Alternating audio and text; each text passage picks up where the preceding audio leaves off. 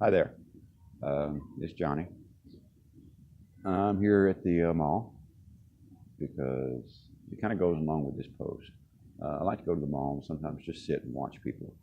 Um, There's a very high entertainment value for those of you who've ever done it.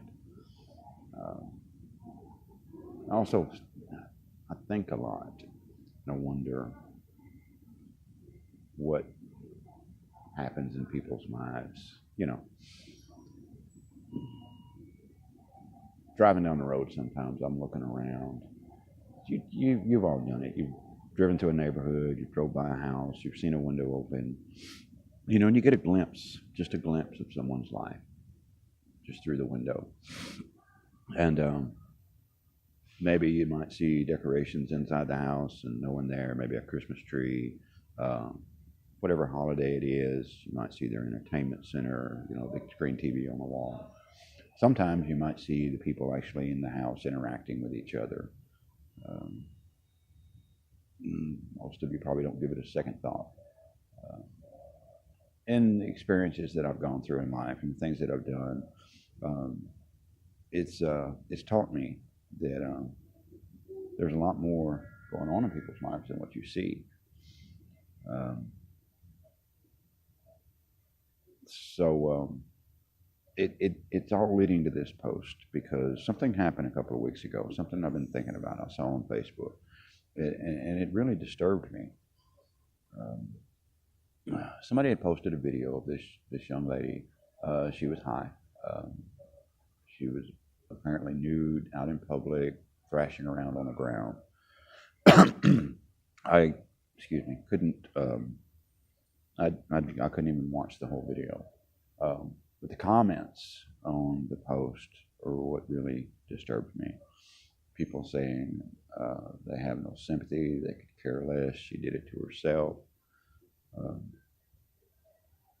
it it really struck home about how we look at people.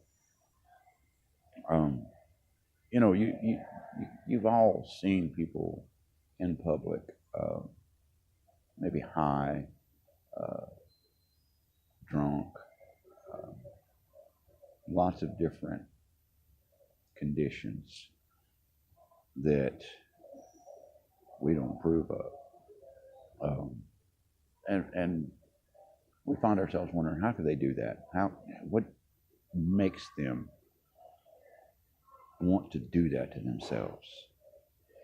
And then I get to thinking about people that I've interacted with. Um, People like the young mother whose child died, uh, just a couple of months old, just trying to escape the pain. People like the man who lost everything in a car crash or house fire or whatever, his whole family gone, suddenly snatched from him. Just doing whatever he can to escape the pain. The teenager who they they long to go to school because that's the only safe place that they have. Because when they're home, there's nothing but violence or sexual abuse. So they eagerly go to bed and eagerly wait for that school bus so they can get away. I could go on and on with different examples of what kind of tragedies that people have in their lives, what kind of circumstances. These are things that I've personally seen, people that I personally know that have experienced this and have tried to escape. And the pain is just so consuming for them, so overwhelming, and there's doesn't seem to be an escape, not in reality. So they do whatever it is that they can to just mask the pain. You know, the thing is, just like we're driving through that neighborhood and we see these people out there, that's all we're seeing. We're looking through a window. Sometimes we're even looking through a peephole in a door. We're only seeing a very small part of their life. It's not the part that they chose to show you.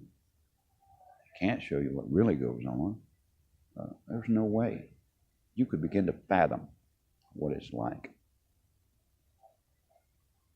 But you look through that window and you make a decision about that person.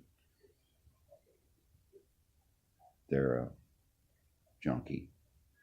They're a drunk. They're a whore. They're a fat slob. They're whatever you conjure in your mind. And as I've thought about this, and I've meditated on it, and I've prayed on it, and I've anguished over it, I know that each and every one of them is longing for one thing: hope. That there is a way to escape that pain. It doesn't matter how much dope you do, or how much alcohol you drink, or how much food you eat, or how much time you spend in the bed. You can't get up. The pain's always going to be there. You might cover it up for a while. You might get to escape for a little bit. But then you come back to reality. You have to get out of bed.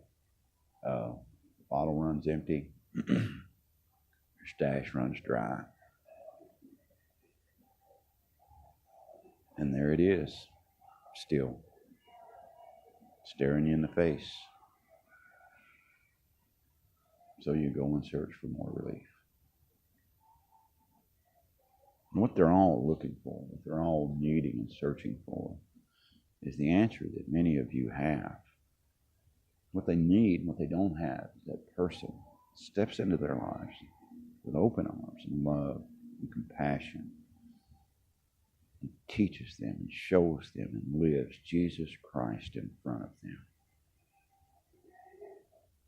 The next time you get an opportunity to look through one of those windows, stop and think about what you're not seeing that's going on in the rest of their quote-unquote house. You never know what's going on behind closed doors in someone's life. But I know that you have the answer. Share it. And I'm not talking about preaching at people. I'm talking about loving people, making a difference in their lives. I'm not talking about walking up and handing somebody $5. I'm talking about making a sacrifice, getting out of your comfort zone, getting into their world, and bringing them hope, leading them and teaching them and guiding them and helping them, ministering to them. The old saying goes, if you give a man a fish, you feed him for a day, but if you teach him to fish, you feed him for life. We need to start teaching people how to fish. Fish for God. It's not easy. It's messy. It's ugly. It's hurtful. It's difficult. But you may be the only person capable of reaching that one, being able to say the right words because of experiences that you've gone through in life. And that's what it's all about. See, we live our lives and we learn and we grow, and hopefully we're able to use what God has taught us. This is our goal, people. We have two goals here on this earth. Have a relationship with God, to lead others to that relationship with God. That's it. So, reach out. Help. Be the light. Make the difference. Because you are the only one qualified to do what God has called you to do. And it may just be that one person. But if that one person makes it to heaven, finds that healing and finds that restoration, then your life has had purpose. Somebody did it for you. Your sin may not have been as socially unacceptable as theirs, but it was still sin.